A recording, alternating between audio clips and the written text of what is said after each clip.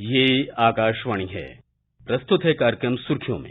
इसके अंतर्गत सुनिए भारत के स्वास्थ्य सेवा क्षेत्र में परिवर्तन पर चर्चा। इसमें भाग ले रहे हैं भारतीय आयुर्विज्ञान अनुसंधान परिषद के पूर्व मुख्य वैज्ञानिक डॉक्टर रमन आर गंगाखेडकर और आकाशवाणी संवाददाता ओमवेश उपाध्याय। राजस्व और रोजगार दोनों के मामलों में हेल्थ केयर भारत के सबसे बड़े क्षेत्रों में से एक बन गया है। भारतीय स्वास्थ्य सेवा अपने क्षेत्र में एक मजबूत कवरेज और सेवाओं को प्रदान करता हुआ तेज गति से आगे बढ़ रहा है। आज हम भारत की स्वास्थ्य सेवा क्षेत्र की महत्वपूर्ण प्रगति और कैसे भारत दुनिया का मेडिकल हब और फार्मेसी बन रहा है, इस पर चर्चा करेंगे। इस मुद्दे पर आज हमारे साथ चर्चा करने के लिए हमारे साथ आज जुड़े हुए हैं डॉक्टर रमन आर गंगाखेडकर। कार्यक्रम में आपका स्वागत है सर। धन्यवाद। डॉक्टर गंगाखेडकर, चर्चा की शुरुआत मैं इस बात से करना चाहूंगा और अपने श्रोताओं को बताऊंगा कि कल केंद्रीय स्वास्थ्य और परिवार कल्याण मंत्री डॉक्टर मनसुख मांडविया ने 76वीं विश्व स्वास्थ्य सभा के दौरान तपेदिक यानी टीबी, ट्यूबरकुलोसिस पर एक क्वाड प्लस साइड इवेंट में मुख्य भाषण दिया। उन्होंने साझा किया कि भारत दुनिया का एकमात्र देश है जिसने अपने टीबी के पेशेंट्स का अनुमान लगाने के लिए एक विशेष तरह का तंत्र विकसित किया है। हम अपने श्रोताओं को बताएं कि कैसे भारत ने टीबी से मुक्त होने के लिए वैश्विक लक्ष्य से 5 साल पूर्व यानी 2025 तक ही ये तय किया है कि भारत को टीबी मुक्त बनाया जाएगा और इसी के बाबत भारत में टीबी मुक्त अभियान भी चलाया जा रहा है। तो अगर हम भारत की ये जो लक्ष्य है और जो लगातार कोशिश है भारत को टीबी मुक्त बनाने की, इसको आप कैसे देखते हैं? इससे किस तरह की हमारी प्रगति रही है, उस पर आप प्रकाश डालें। अगर टीबी हमारे देश में से जल्द कम करना है, उसका अनाउंसमेंट 2018 साल में मोदी जी ने डिक्लेयर किया था कि हम सारे दुनिया के मुकाबले में 5 साल पहले ही हम ये टीबी को हम एलिमिनेट करेंगे। अब ये एलिमिनेट करने की घोषणा सब लोगों को ऐसे लगा शायद यानी हम जरा ज्यादा एम्बिशियस हैं। सारी दुनिया 2030 की बात कर रही है, लेकिन हम 5 साल पहले करके बोल रहे हैं। लेकिन उसका एक बहुत बड़ा फायदा था कि ये 5 साल पहले का जब हमने गोल लगाया तो हम जल्द से जल्द टीबी कम करने के लिए जो भी योजनाएं हमको अच्छे ढंग से इम्प्लीमेंट करना था वो हम कर पाए। अब उदाहरण के तौर पे अपने देश में आप अगर देखें तो जो नए सिरे से टीबी के लक्षण दिखने वाले मरीजों की संख्या जो अभी है वो सालाना अगर हमने देखा तो वो हम बाकी देश के मुकाबले में हम बहुत आगे चल चुके हैं, इसमें कोई शक नहीं है। हमने अगर मॉडलिंग स्टडीज अगर देखें, मॉडलिंग यानी हमने आगे चल के क्या होने वाला है टीबी में, ये अगर हमने देखा तो हम दुनिया से 2 कदम आगे ही हैं। अब ये आगे क्यों रहे, इसका मुख्य कारण अगर देखा तो हमारे यहाँ कुछ सिस्टम्स हमने इस्तेमाल किए हैं। एक तो सारे डायग्नोसिस जो होते हैं वो मरीजों को हम मॉलिक्यूलर टेस्ट से जो अपने देश में बनी है, एक ट्रूनेट करके एक होती है, वो टेस्ट से हम डायग्नोज करते हैं और उसके हिसाब से ही हम दवा देने की कोशिश करते हैं। क्योंकि उसमें अगर किसी को ड्रग रेजिस्टेंट ट्यूबरकुलोसिस तो वो टीबी के खिलाफ उसके लिए भी हम अच्छे ढंग से दवा दे पाए, ये हम कर पा रहे हैं। अब ये चारों तरफ हमने फैला दिया है, डिस्ट्रिक्ट लेवल तक हम इस किस्म की सबसे अच्छी टेस्ट हम लोगों को दे पा रहे हैं और उससे जल्द से जल्द उसका निदान करने में हम सक्सेसफुल हो रहे हैं।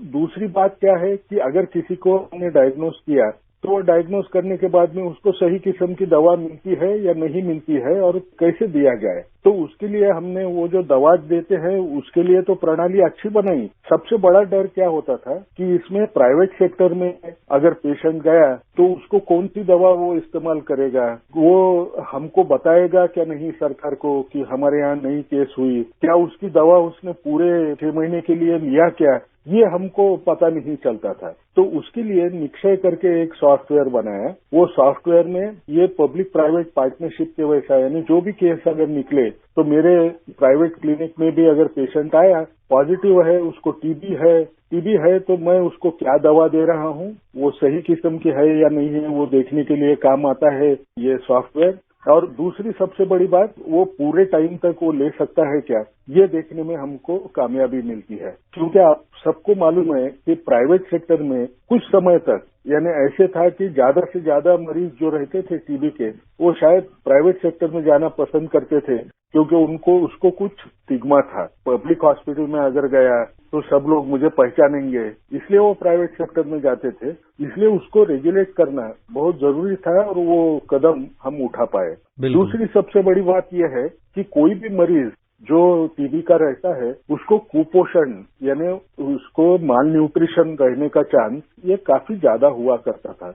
अब उसको अगर हमको रोकना है तो सरकार ने सबसे पहले जो योजना लाई कि उसको हम कुछ पैसे दें हर महीने तो वो खुद ही खाएं, अच्छे किस्म की फूड होता है वो अगर हमने खाया तो शायद जल्दी वो बीमारी से बाहर निकल पाएगा। और एक बड़ी बात ये होती है कि अगर टीबी हुआ है तो मरीज को ऐसे लगता है कि मेरी अगर भूख कम हो गई है तो उसको और कुछ साइड इफेक्ट दिखना शुरू हुए तो ज्यादा दिखते हैं, उसकी वजह से वो दवाइयां भी बंद करने का डर हुआ करता था। अभी सरकार ने एक स्टेप और आगे लिया। सरकार ने एक काम ये किया कि जो नॉन गवर्नमेंटल ऑर्गेनाइजेशंस हैं, जो सेवाभावी संस्थाएं रहती है, उनको और सारे लोगों को अपने देश में एक उन्होंने आह्वान किया कि अगर कोई ये चाहता है कि मैं टीबी पेशेंट्स को मदद करूं तो वो एक टीबी पेशेंट को अडॉप्ट कर ले। जैसे हम बच्चों को छोटे अडॉप्ट करते हैं वैसे वो टीबी पेशेंट को भी अडॉप्ट करें और उसको खाने की जो सुविधा देनी है वो मैं दिया करूंगा, उसके लिए जो भी पैसा लगता है वो भी पहुंचाऊंगा। ये करने का काम भी हमने बहुत अच्छे ढंग से किया है, इसमें कोई शक नहीं है। अब ये सब होने की वजह से हमको उसका परिणाम भी अच्छे ढंग से दिखाई दे रहा है। मैं अपने अगले सवाल पे आना चाह रहा हूँ। जैसा आपने हमें बताया कि एक महत्वपूर्ण दिशा में बहुत बेहतरीन प्रगति रही है भारत की, जब भी हम बात करेंगे कि कैसे टीबी मुक्त अभियान चलाया जा रहा है। वर्ल्ड हेल्थ असेंबली में बोलते हुए डॉक्टर मांडविया ने बताया कि भारत ने एक बहुत सफल प्रयोग किया था कि कैसे निजी क्षेत्र को बाकायदा लाके और हेल्थ केयर सेक्टर में एक महत्वपूर्ण डेवलपमेंट लाया जाए। यहाँ पे मैं पश्चिम की हाइपोक्रेसी पर भी आपसे कुछ समझना चाहूंगा कि हम देखते हैं आमतौर पर जब भी विदेशों में वहाँ कैसे स्वास्थ्य सेवा क्षेत्र में एक तरह का करप्शन है, एक तरह का भ्रष्टाचार है कि जब भी आप किसी बुनियादी उपचार के लिए भी जाएं तो अस्पताल में भर्ती होना आपको कर्ज में डुबा सकता है। ऐसे में भारत में हम आयुष्मान भारत कार्यक्रम देखते हैं जहाँ पे 5 लाख तक का आपको बीमा प्रदान किया जा रहा है जो भी उसमें एलिजिबल नागरिक हैं। ऐसे में ये उपलब्धि आयुष्मान भारत की आप कैसे देखते हैं और ये भारत के हेल्थ इंफ्रास्ट्रक्चर को कितना मजबूत करता है? मैं एक चीज आपको बोलूंगा, हेल्थ ये एक बेसिक राइट होता है, ह्यूमन राइट है ना। हर इंसान स्वस्थ रहे ना, उसको कोई बीमारियां न होए, लेकिन वो अगर उसको स्वस्थ रहना है तो जब भी कोई बीमारी आती है तो बीमारी का इलाज जल्द से जल्द करवाना ये बहुत जरूरी बनता है। लेकिन ये जब हम करने जाते हैं तो हमारे यहाँ पब्लिक प्राइवेट पार्टनरशिप है, बाहर के देशों में भी इसी किस्म का है, यानी कहीं पब्लिक ज्यादा है कहीं प्राइवेट ज्यादा है, इस किस्म की प्रणाली होती है। अब सारे के सारे लोगों को अगर हम अच्छे ढंग की दवा देना ये अगर हम सोचे तो हमको एकदम सबको देना ये थोड़ा मुश्किल जा सकता है। तो सरकार ने एक सही कदम उठाया। जो सबसे गरीब तबके के लोग हैं उनमें अगर मैं 5 लाख रुपए का आयुष्मान भारत में से उनको सपोर्ट दूं तो उससे फायदा क्या होगा कि जो गरीब आदमी अच्छे अस्पताल में जाके दवा लेने के लिए सोचता था कि मेरे जेब में पैसा नहीं है और अगर मैं वहां गया तो मेरे कैटास्ट्रोफिक एक्सपेंसेस यानी इतना पैसा खर्च होगा कि जिससे अगर मैं गरीबी की रेखा के नीचे नहीं भी होगा तो भी जाने का डर रहेगा, इसलिए वो जाता नहीं था। तो उनके लिए ये जो आयुष्मान भारत की जो स्कीम है वो बहुत काम में आती है और उसमें उसको कहीं भी एडमिट होने का यानी वो सिर्फ पब्लिक हॉस्पिटल्स में ही जाए, सरकारी दवाखाने में ऐसा जरूरी नहीं है। वो अगर चाहता है तो नजदीक के कोई प्राइवेट हॉस्पिटल में जा पाएगा और वहां जाके उसको जब वो बताएगा तो उसको ये जो सहूलत होती है ये सहूलत मिलती है। बिल्कुल, ये सबसे अच्छी स्टेप है क्योंकि जिनमें ज्यादा बीमारी दिखने का चांस है, जिन लोगों को हेल्थ का एक्सेस यानी उनको दवाई लेने के लिए जाने में हिचकिचाहट है क्योंकि पैसे उतने नहीं है, उनको इसका सबसे बड़ा फायदा होता है और उसका परिणाम हमको आगे कुछ सालों में अच्छे ढंग से दिखाई देगा कि हमारे हेल्थ के इंडिकेटर्स बहुत सुधर जाएंगे। जी, डॉक्टर गंगाखेडकर आपने बहुत महत्वपूर्ण बात बताई कि आने वाले सालों में हमें इन कार्यक्रमों और इनके बेहतर रिजल्ट मिलेंगे। मैं आपसे और समझना चाहूंगा कि जब भी हम भारत में हेल्थ केयर के विकास की बात करते हैं, हेल्थ केयर सेक्टर के जो प्रगति है उसकी बात करते हैं, एक बात है चिकित्सा पर्यटन यानी मेडिकल टूरिज्म जिसे कहा जाता है। पिछले साल आयुष शिखर सम्मेलन में बोलते हुए प्रधानमंत्री मोदी ने भारत को चिकित्सा पर्यटन केंद्र बनाने की बात कही थी। आंकड़ों की बात करें तो लगभग 2 लाख मरीज हर साल भारत मेडिकल टूरिज्म पर आते हैं और लगभग $5 बिलियन का राजस्व इससे भारत सरकार को मिलता है। तो ऐसे में अगर हम मेडिकल टूरिज्म के बढ़ते स्कोप की बात करें तो आप इसे कैसे देखते हैं और क्या हम आशा कर सकते हैं कि इससे और नौकरियां, बेहतर भारत सरकार को राजस्व और भारत के एक सॉफ्ट पावर में भी बढ़ोतरी होगी? 100% ये होगा।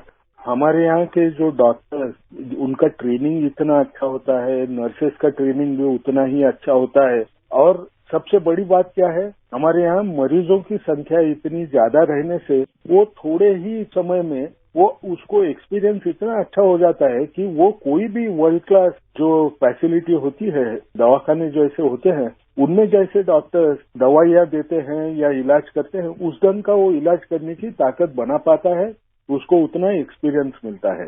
क्योंकि हमारे यहाँ मरीजों की संख्या ज्यादा है, कम उम्र के रहते हुए भी उसको जो एक्सपीरियंस मिलता है वो कई गुना ज्यादा हो जाता है। अब जब ये बात है तो उसका फायदा जो गरीब लोग, गरीब देशों में रहने वाले लोग हैं, वो उसका फायदा बहुत उठाते हैं। जैसे हमारे यहाँ अफ्रीका से काफी लोग आते हैं।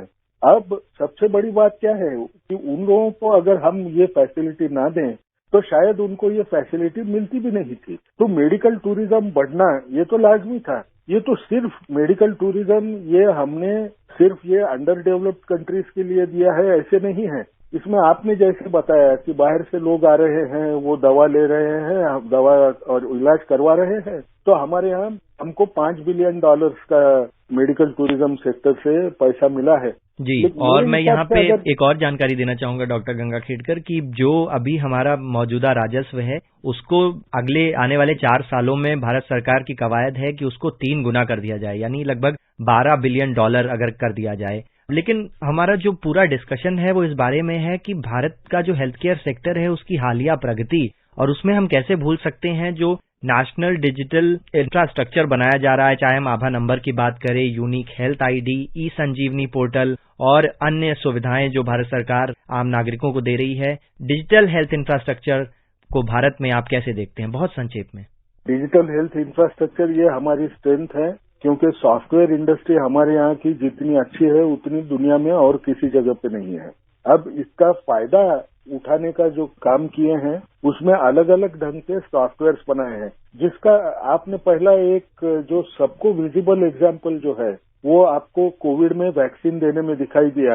1 मिनट पहले अगर उसने वैक्सीन ली है तो उसको सर्टिफिकेट मिला जाता था। अब जैसा कोविड में वैक्सीन का मॉनिटरिंग के लिए इस्तेमाल किया, वैसे ही अलग अलग बीमारियां जो होती है वो लोगों की उसका भी सॉफ्टवेयर के थ्रू रिकॉर्ड होना, इसके लिए हेल्थ आईडी बनाना और वो हेल्थ आईडी का इस्तेमाल करके हमको अलग एरिया में किस किस्म की बीमारियां होती है और वो किस किस्म के मरीज दिखते हैं, तो उधर किस किस्म की दवाइयां या लोगों को उसकी सेवा मिलनी चाहिए, उसकी उपलब्धि कैसे करना है, ये करने में भी हमको आसान हो जाता है। तो ये जो डिजिटल हेल्थ है, ये डिजिटल हेल्थ सिर्फ हमारे यहाँ हम इस्तेमाल नहीं कर रहे हैं। हम तो जैसा आपने कुछ पहले सुना होगा, प्राइम मिनिस्टर जी ने ये भी बताया कि बाजू के जो देश हैं उनको हम वो फ्री सॉफ्टवेयर देने के लिए भी तैयार हुए हैं और दे चुके हैं। तो ये डिजिटल इंफ्रास्ट्रक्चर हमको हेल्थ में प्लानिंग करने के लिए, कौन से किस्म की दवाइयां उनके यहाँ उपलब्ध होनी चाहिए उसके लिए,